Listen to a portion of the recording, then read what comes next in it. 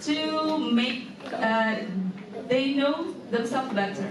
Tuh, karena mereka baru masuk kampus, jadi harus tahu diri dia tuh kayak gimana. Tapi sebelum masuk sini, aku ingat banget dulu tuh pas mentoring di kampus pertama kali itu, aku punya mentor namanya Dinda, Kak Dinda. Kak Dinda. Nah, Kak Dinda itu angkatan 2013, 2 tahun di atas aku. Waktu itu aku inget dia itu sangat-sangat periang, cheerful. Seneng banget pokoknya ketemu sama dia tuh seneng banget.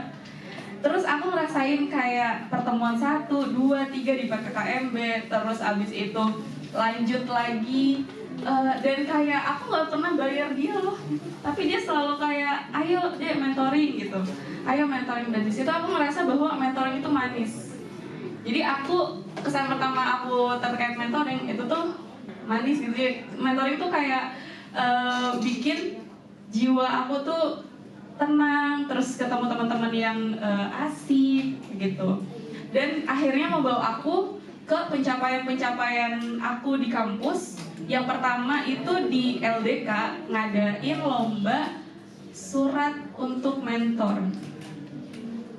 Ya, jadi LDK ngadain surat untuk mentor. Dan aku maba, kondisinya maba. Aku tulis surat untuk mentor, aku kirim ke LDK dan alhamdulillah dapat juara 3. Dan itu maba, terus berlanjut lagi ada kompetisi-kompetisi karena di mentoring itu didorong untuk organisasi, didorong untuk lomba. Dan waktu itu inget banget, waktu itu pas Mapres station pas MPA itu di gedung olahraganya FIK dulu kan di situ ya. Nah pas jadi maba tuh ngeliat Mapres UNJ itu ada duduk di kursi kebesarannya mereka. Yang benar-benar kursinya besar dan yaitu pertanda bahwa mereka nyampe situ tuh dengan susah payah gitu hingga mereka pantas untuk mendapat kursi kebesaran itu.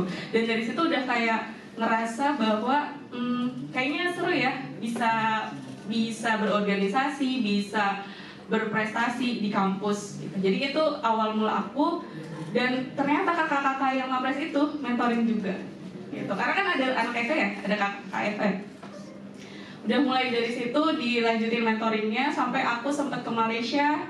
Waktu itu diajak juga sama Mapres ikut conference namanya CLIF, Kuala Lumpur International Islamic Forum. Nah terus yang kedua ada lagi ikut conference, bukan conference, kalau yang kedua competition di Malaysia. Dari situ terus akhirnya bisa jadi mahasiswa 1 Mapres, mahasiswa berprestasi 1 FEUNJ 2018. Lanjut lagi ke Univ, dapat Best Personality mahasiswa berprestasi, alhamdulillah. Dan aku rasa itu semua it's not because of me. Aku tahu banget di FE tuh tahun sebelum aku itu tuh yang ikut lomba Mapres cuma 3 orang. Jadi 3-3 dapat juara teman-teman. Ya, jadi beneran. S1-nya 3 orang. Aku ingat Kak Uma, Kak Ida, lupa satu lagi. Karena dia nggak menang gitu. Jadi kayak satu S1 3 orang yang juara 2, D3-nya 2 orang yang juara 1. Tapi pas zaman aku itu tuh akhirnya yang ikut Mapres ada 10 orang. Dan itu tuh udah juara debate, udah juara. Bayangin coba orang-orang debate kan, pas presentasi kan pasti itu panggung udah kayak ya udah deh milik gue gitu. Nah aku mau merenung di pojokan, gue pasti kalah. Tapi atas izin Allah ya, biiznillah, alhamdulillah dikuatin sama mentor. Waktu itu aku WA semua mentor aku dari awal sampai saat itu. Mentor aku tuh siapa, WA, assalamualaikum Kak, besok Alif mau lomba Mapres, insyaallah untuk keberlangsungan kebaikan ya dakwah di FE, mohon doanya ya Kak. Itu akhirnya alhamdulillah bisa mencapai itu. Dan berlanjut lagi di kantor, alhamdulillah dapetin Best Employee 2024 kemarin. gitu. Jadi emang dari sini nih awalnya adalah dari kita tahu siapa diri kita. Kita tuh sukanya apa? Kita tuh gak sukanya apa itu juga harus tahu. Jadi kita bisa fokus ke apa yang kita suka, bagaimana kita memproses apa yang kita suka, terus abis itu hasilnya itu bakalan kayak gimana. Jadi ada di sini. Jadi aku minta teman-teman buat ngasih first impression yang bagus ke adik-adik dan giring bahwa kita tuh harus tahu diri kita sebelum kita menjadi siapa yang kita mau gitu. Jadi kita harus tahu dulu siapa diri kita. Who are we? Who am I? Gitu. Lanjut. Nah di sini kita akan bahas yang pertama know yourself. Apa itu know yourself? Kenapa penting? Kenapa tahu diri? Bukan tahu diri ya. Kalau tahu diri lebih ke kayak jangan songong lu. Nah tapi ini lebih ke explore diri. Itu pentingnya tuh kenapa dan how to do it. Kita melakukannya tuh dengan cara yang seperti apa sih? Lanjut. Nah di sini know yourself ini secara theoretical pengetahuan yang dimiliki seseorang tentang dirinya, emosi, kepribadian, nilai, kebutuhan, tujuan, preference, dan identitas sosial. Dan pengetahuan diri ini dihasilkan dari refleksi diri. Jadi aku tadi sempat cerita, aku pas mapres dapat apa di Univ? Itu. Best employee di kantor. Best employee di kantor di Univ. Best personality. Nah, jadi ada beberapa titel yang ngada-ngadain doang kali ya. Ada yang best personality, ada yang best KTI. Ada 5 titel itu. Terus pesertanya ada 20. Jadi yang memperebutkan titel-titel itu. Nah, aku dapat yang best personality. Nah, saat itu yang aku lakukan adalah karena aku tahu diri aku tahu berkembangnya diri aku tuh ke arah mana, aku keluarin di kompetisi itu, jadi aku menang. Nah, di sini karena diri aku pribadi suka untuk merefleksikan diri. Jadi diem itu tuh nggak masalah banget tuh teman-teman. Kalau diemnya itu tuh nggak ngelantur kemana-mana ya pikirannya, tapi lebih ke kok gue tadi kayak gitu ya ke orang, kok gue tadi cara berpikirnya kok agak-agak kurang oke ya, kok gue, nah itu refleksi diri gitu. Itu tuh penting. Dan akhirnya nggak cuma refleksi diri, tapi assess diri kita. Akhirnya kalau misalnya gue kayak gitu salah, nextnya gimana ya?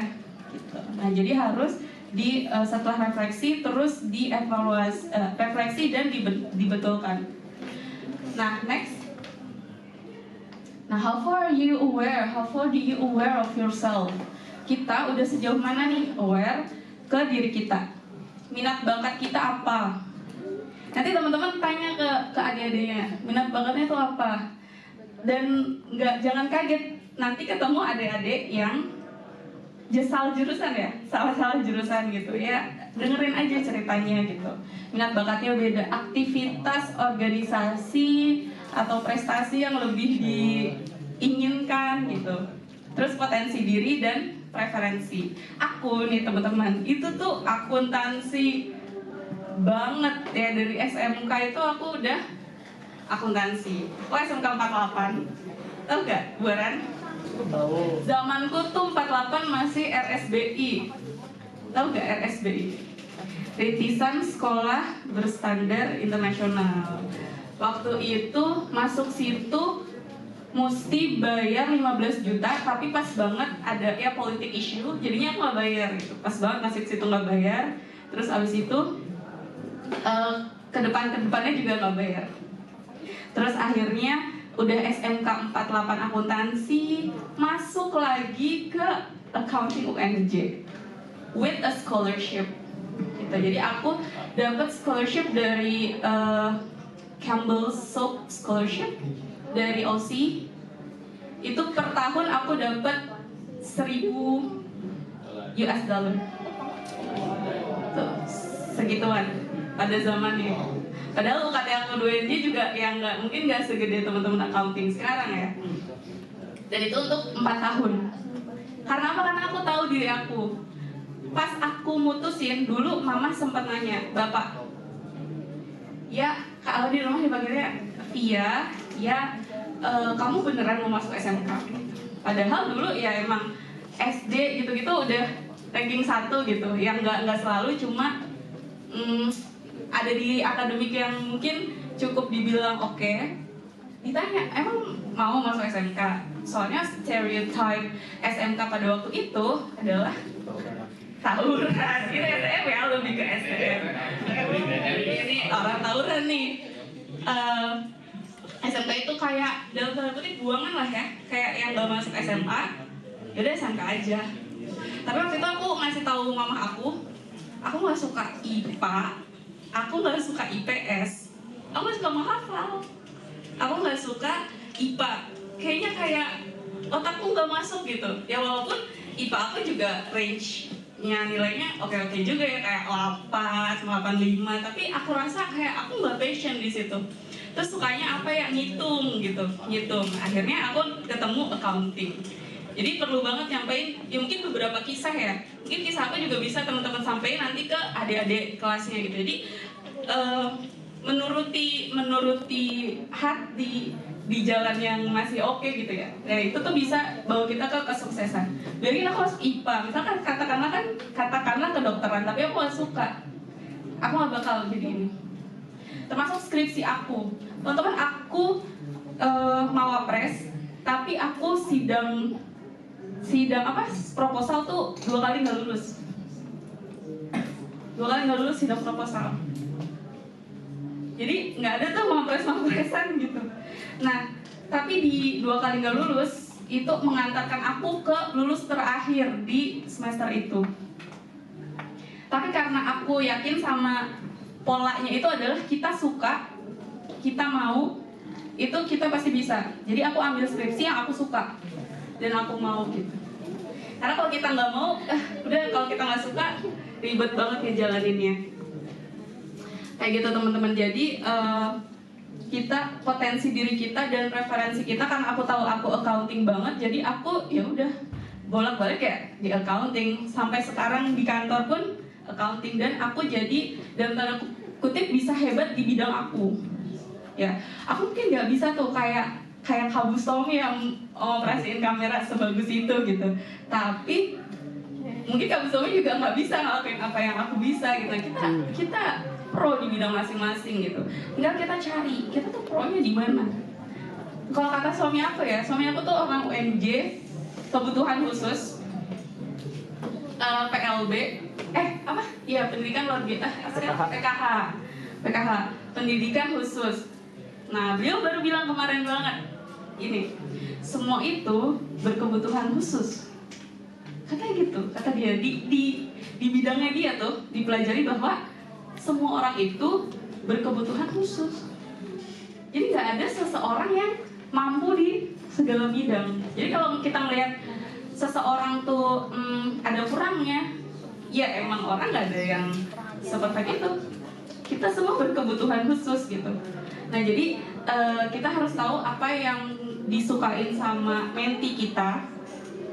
Nah kan udah belajar tuh sama Kak Oo, Kak Gumi tentang gimana cara ngadepin anak-anak. Nah di sini tuh kita harus tahu, kita harus sadarin diri kita bahwa kita punya potensi dirinya tuh di mana. Nah next. Nah ketika kita udah tahu personality, potensi diri, terus mengembangkan potensi diri, kita udah tahu personality, nah kita bakalan bisa. Waalaikumsalam. Silakan Mas.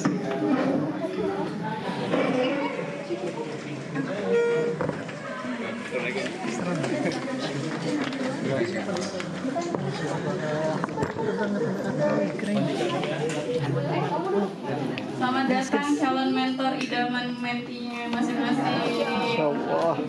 Akan duduk, ahlan. Oke, halo. Tarik dulu nafasnya, ditenangin dulu detak jantungnya. Oke, kita boleh lanjut ya teman-teman? Boleh lanjut?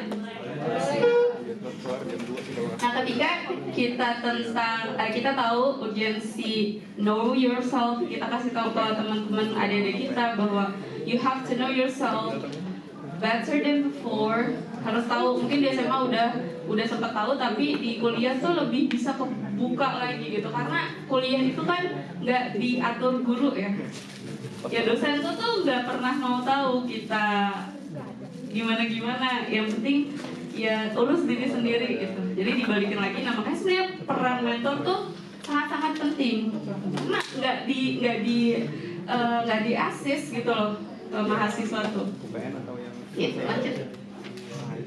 Nah di sini aku mau kenalin salah satu tool ya, berarti salah satu alat untuk know yourself better. Nah ini adalah MBTI. Siapa yang pernah tahu MBTI? Tahu ya? Udah pada tes? Hasilnya apa? ENFP. Oke, Najwa ENFP. Ada lagi? INTJ. Oke. Nah, nih teman-teman. Boleh ini Kak? Boleh di zoom? Langsung di zoom aja di sini ya, bisa set. Nggak saya kan? Oke. Gimana caranya bisa agak kelihatan ya? Di Outlook, di kalau nggak, kalau teman-teman kelihatan kata-katanya, masa aku gini nih.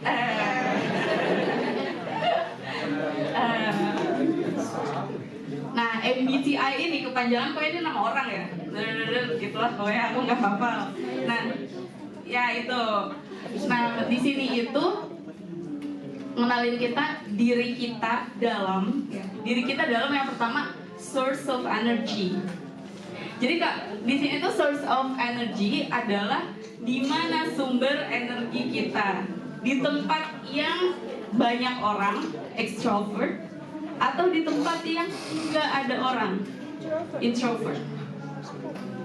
Siapa yang kalau misalnya pas lebaran itu pengen di kamar aja? Itu kemungkinan besar itu di introvert. Dan ini teman-teman sekali lagi perhatiannya ya, nggak ada hubungannya sama bisa atau tidak dalam memimpin, nggak ada hubungannya. Karena sempat ada penelitiannya ya teman-teman. Nabi Muhammad SAW itu tuh introvert. Pernah dengar nggak? Nabi Muhammad itu introvert. Nabi Muhammad itu sebelum punya misi kenabian itu ngapain dulu? Jualan. Itu kan yang dulu-dulu nih. Tapi ada waktu pas ketemu sama malaikat Jibril di mana? Lagi ngapain? Lagi menyendiri. Lagi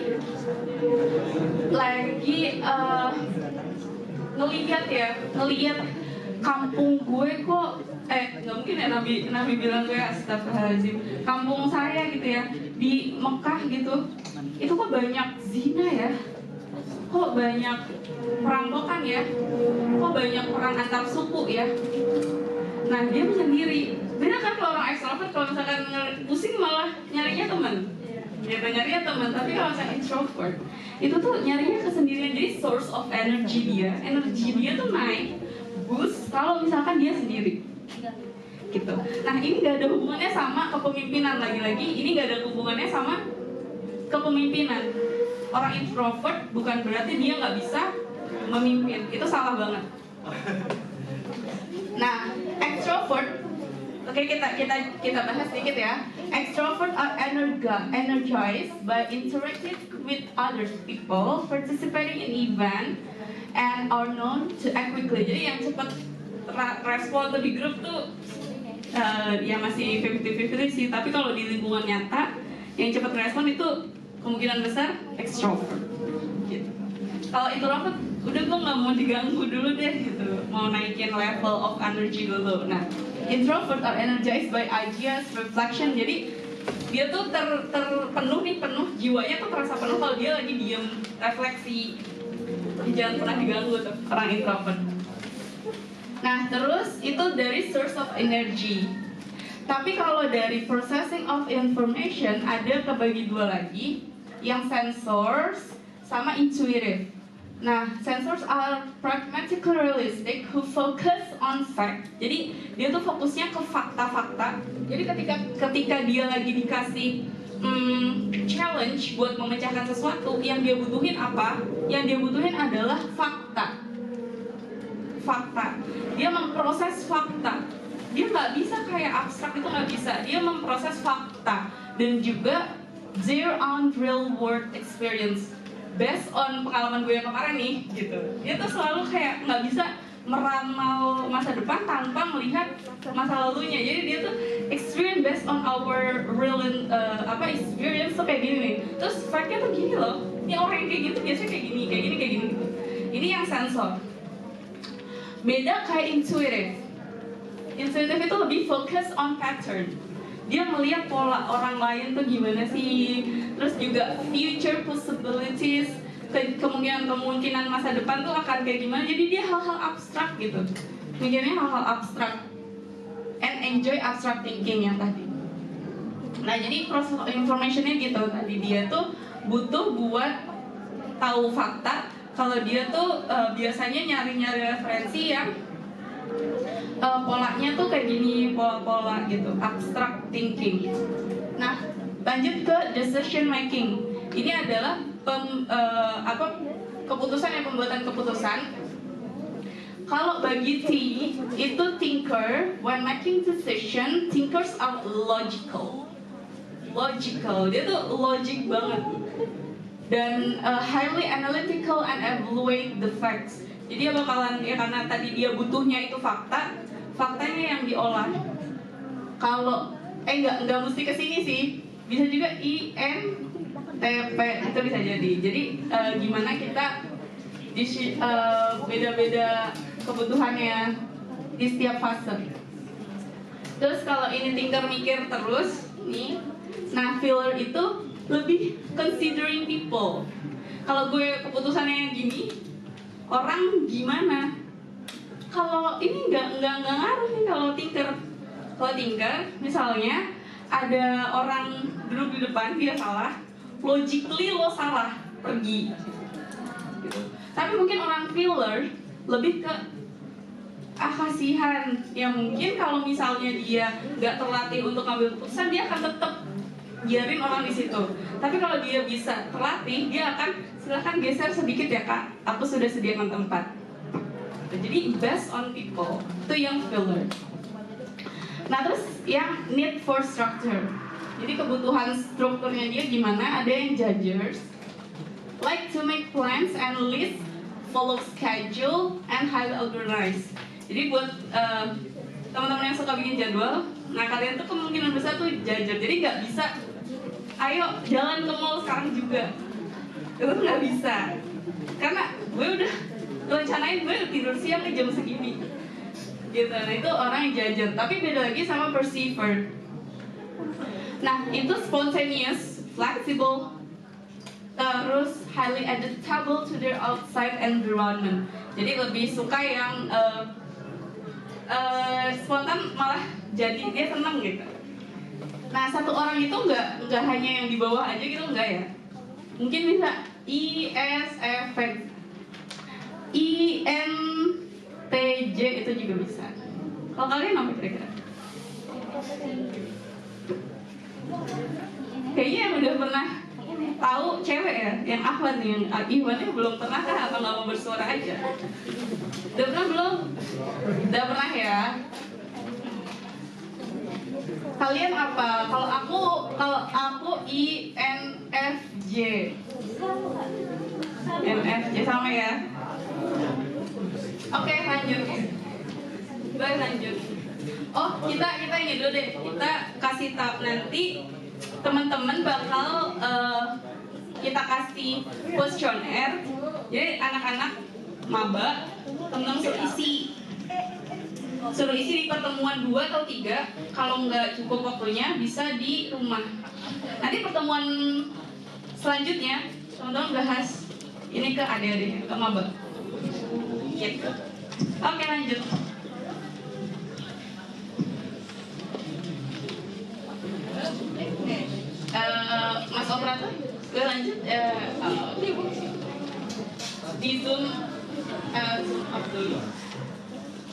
Dia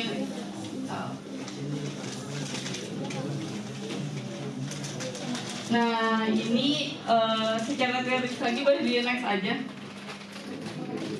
Mau nyobain tes gak? Udah ya? Kapan? Tadi udah. Sip. Di hasilnya udah semua. Udah semua ngerjain belum nih? Iwan ada belum? Ya belum. Tadi sih ya di rumah ya. Nih aku udah dibisikin sama panitia katanya nggak boleh lama. Jadi kita lanjut aja. Nanti dikasih ya sama panitia ya. Boleh deh. Karena duduk di depan boleh, silakan kalau mau. Dek.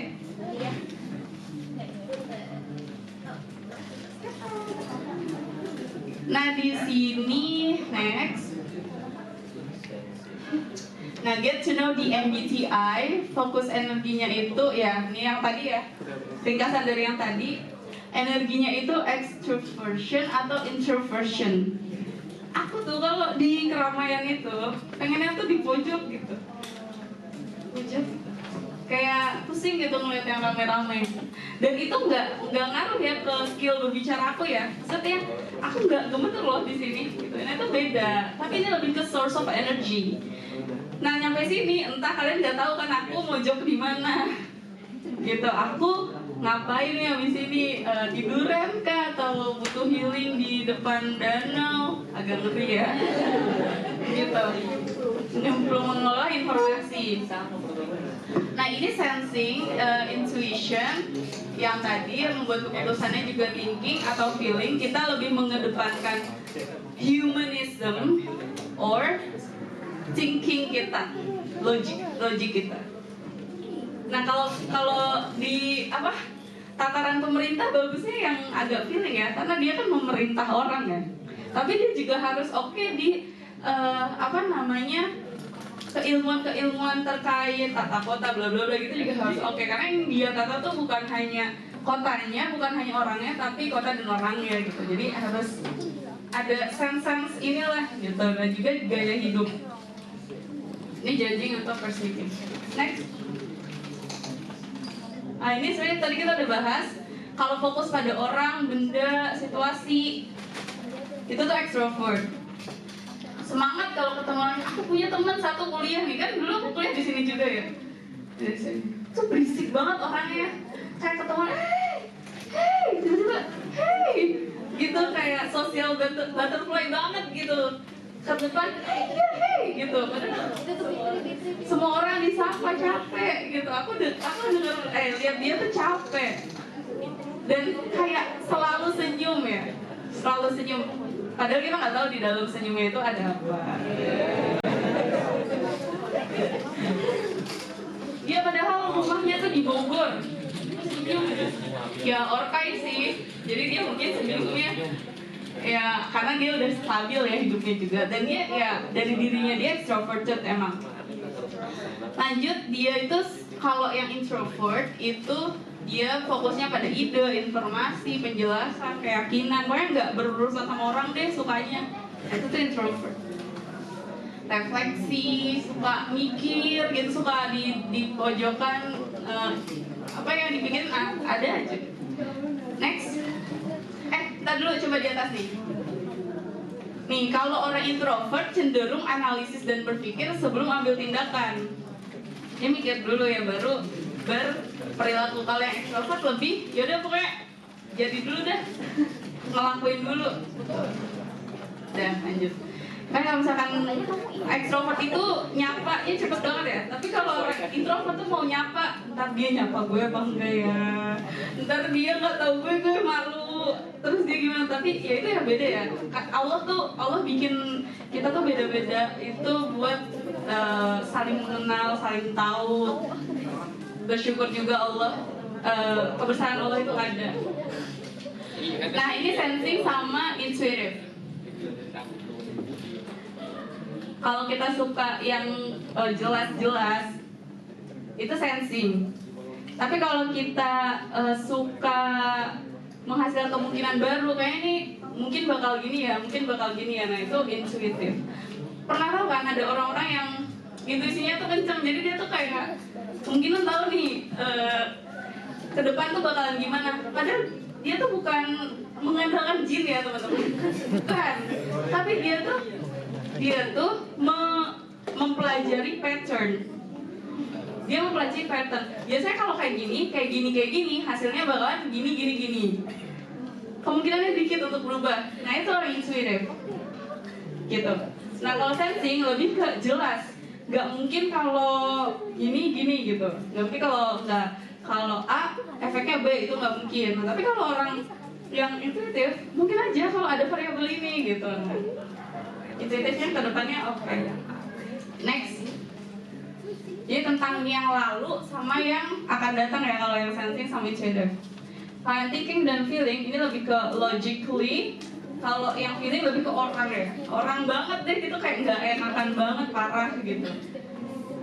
Nah itu, terus lanjut lagi. Next. Terakhir judging, penilaian dan persepsi. Jika Anda lebih suka hidup yang terstruktur, itu kemungkinan teman-teman tuh judging. Jadi di terstruktur.